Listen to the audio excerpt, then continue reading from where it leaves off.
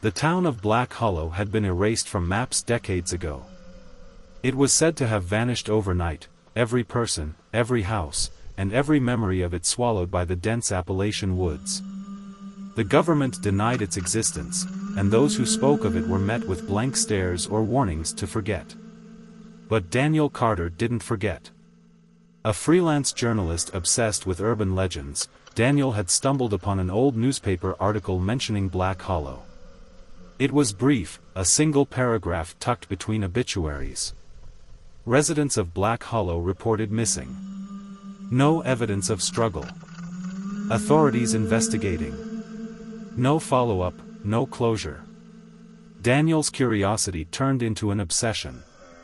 He combed through archives, interviewed former law enforcement, and even found an old man in a nursing home who whispered, "They ain't gone, son. They're waiting." With nothing but a crumbling road map and a vague description, Daniel set out to find Black Hollow. The deeper Daniel drove into the Appalachian wilderness, the more the landscape seemed unnatural. Trees twisted at odd angles, as if recoiling from something unseen.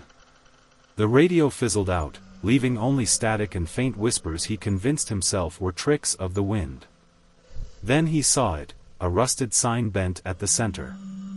Black Hollow, population, 248. The town stood before him, untouched by time. Wooden houses with sagging porches, a single gas station, a diner with a sign barely clinging to its frame. No movement. No sound. It was as if the town had been frozen in 1953. Daniel parked and stepped out. The air smelled of damp earth and something foul, like meat left to rot. A door creaked open.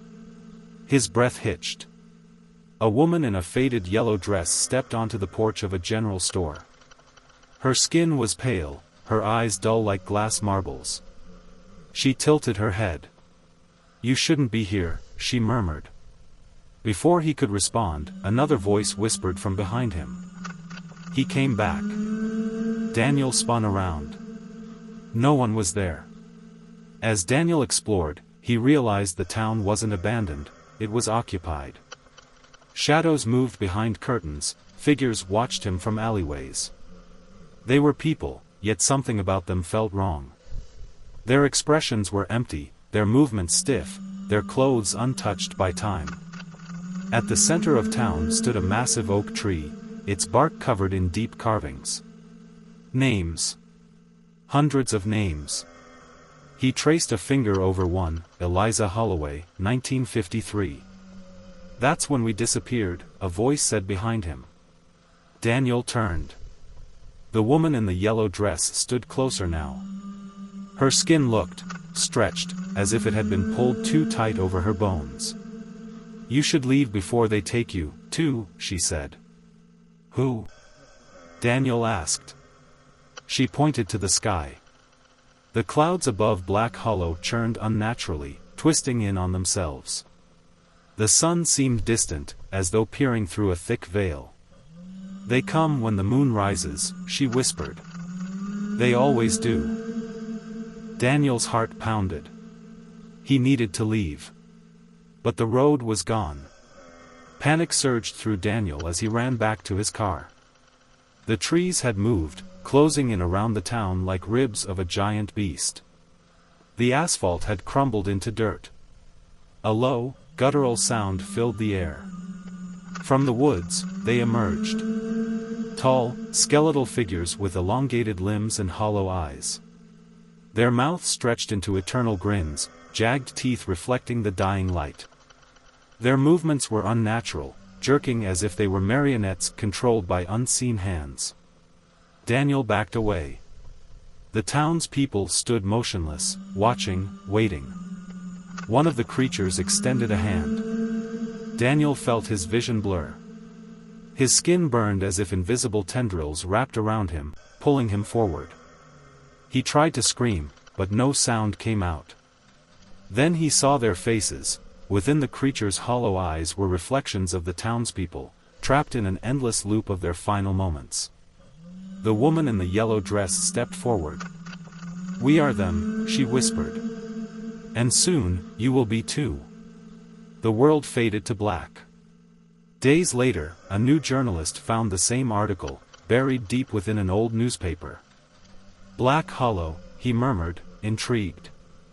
And somewhere, deep in the Appalachian woods, a rusted sign stood waiting. Black Hollow, population, 249.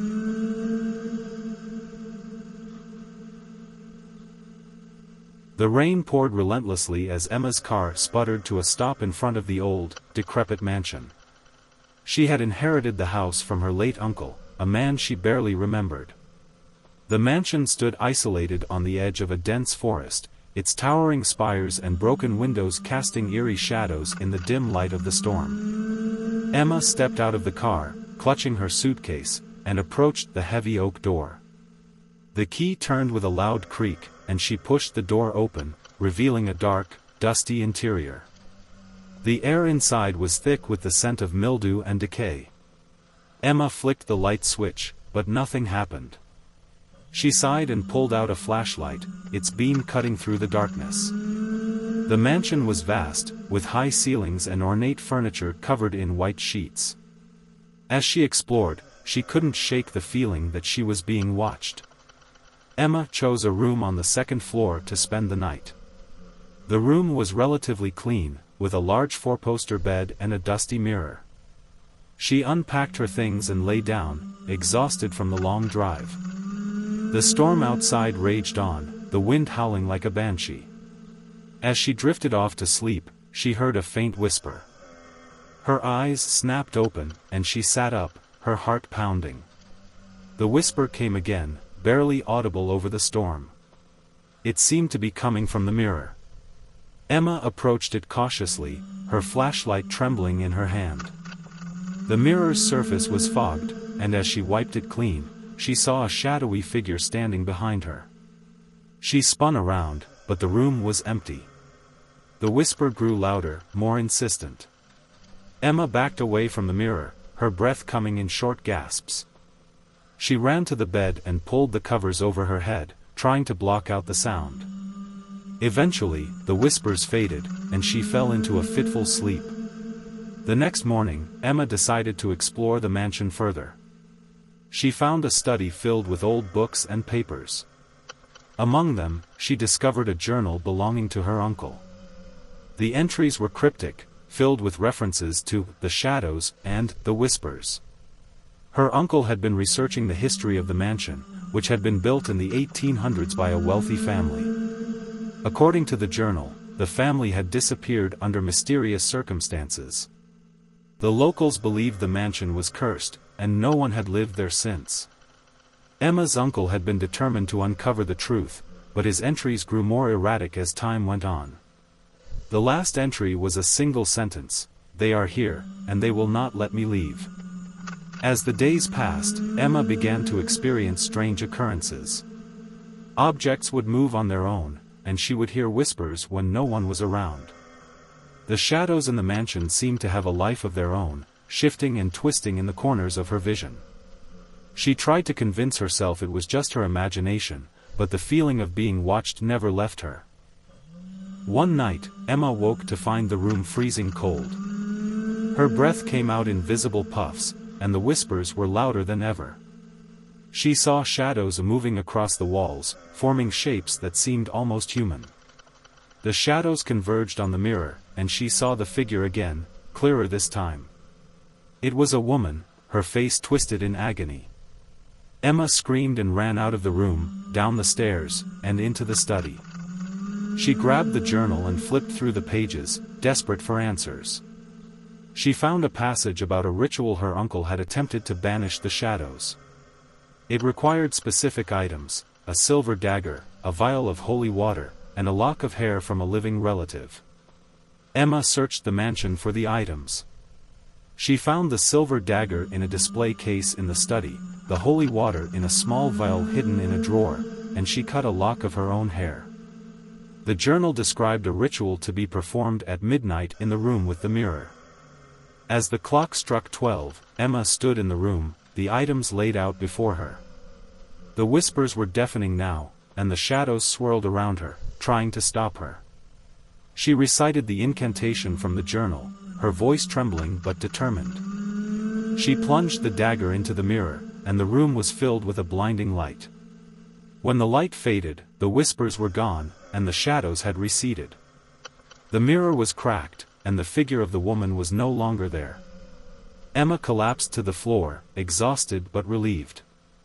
Emma spent the next few days cleaning up the mansion, trying to erase the memories of the horrors she had experienced. She decided to sell the house and never return. As she packed her things, she found a photograph in the study. It was of her uncle, standing in front of the mansion with a group of people. Among them was the woman from the mirror. Emma realized that the woman was her great-grandmother, who had disappeared along with the rest of the family.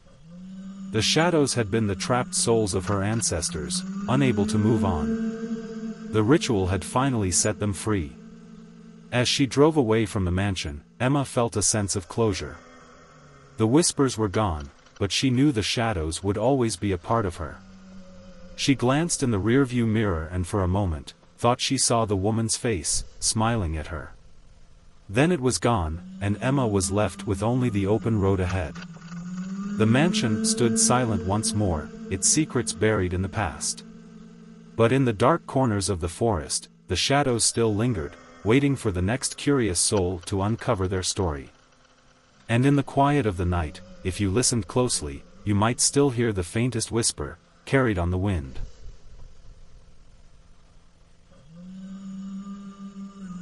Eleanor Grayson never believed in ghosts.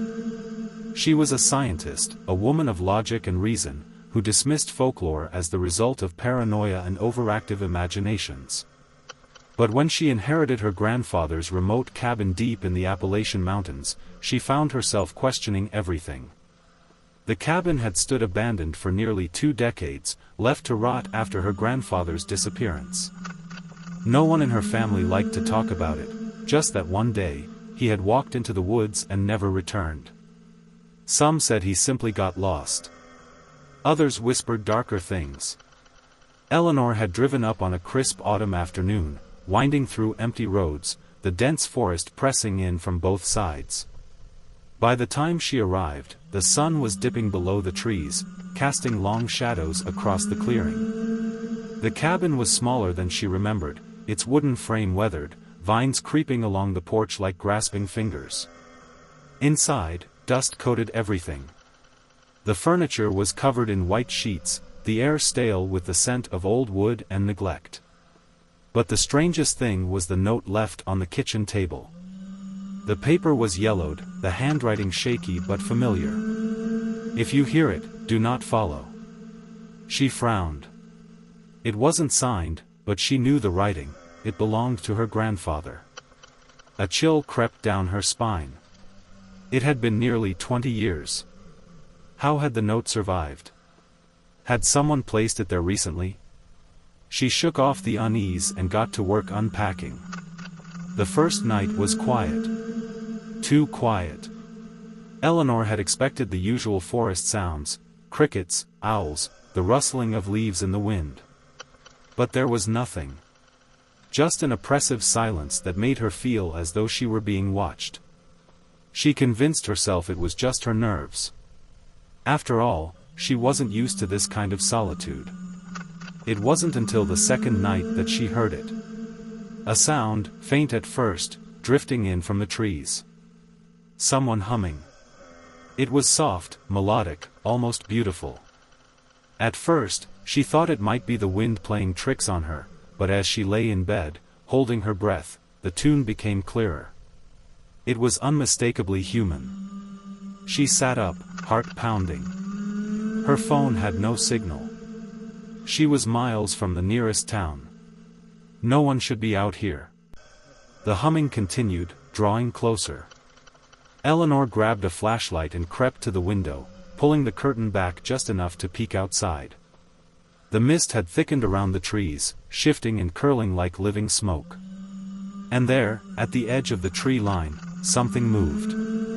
A figure, tall, thin, barely visible through the fog. It was standing unnaturally still, its head tilted slightly as though listening. The humming stopped. Then, a whisper. "Eleanor." The voice was right behind her. She spun around, flashlight beam cutting through the dark, but the cabin was empty. Her breath came in short gasps. Had she imagined it? No. She had felt the presence. The warmth of breath on her skin. She locked the doors, checked the windows, and curled up in bed, telling herself it was nothing. A dream. A trick of the mind.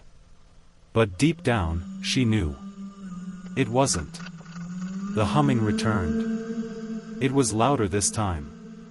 Closer. The same tune, slow and mournful, but with something wrong about it. The melody seemed to stretch in unnatural ways, bending in ways a human voice shouldn't. It seeped through the walls, curling around her like cold fingers. Eleanor buried herself beneath the blankets, squeezing her eyes shut, whispering to herself, "It's not real. It's not real." Then the floor creaked. A single, deliberate step. Then another. The sound was inside. Her breath caught in her throat. She didn't move. Didn't dare. The humming had stopped, replaced by the sound of wet, ragged breathing. Right next to her ear. She bolted upright, but the room was empty. The air felt thick, pressing against her chest, but there was nothing there. She didn't sleep the rest of the night. By the fourth night, Eleanor had made up her mind to leave. She had packed her bags, thrown them in the trunk of her car, and decided to sleep for just a few hours before driving out at first light. But the forest had other plans. The humming started at midnight. It wasn't outside this time. It was in the house. A shadow moved in the corner of the room, tall and thin, its limbs too long, its face obscured by darkness.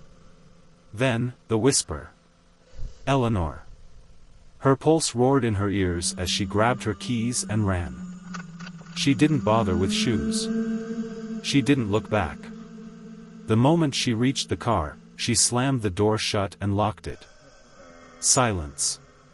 Then the fog parted just enough for her to see. They were there. Not just one figure, dozens. Standing at the edge of the woods. Pale, stretched, their mouths open impossibly wide. Humming. As she fumbled with the keys, hands shaking, she glanced at the cabin one last time. The front door was open. And standing in the doorway, smiling, was her grandfather. But his eyes were all wrong. Eleanor hit the gas, tires spinning against the gravel as she sped down the dirt road, never looking back. She never returned to the cabin. She never told anyone what she saw. But sometimes, when she's alone at night, she still hears it. The humming. And the whisper of her name.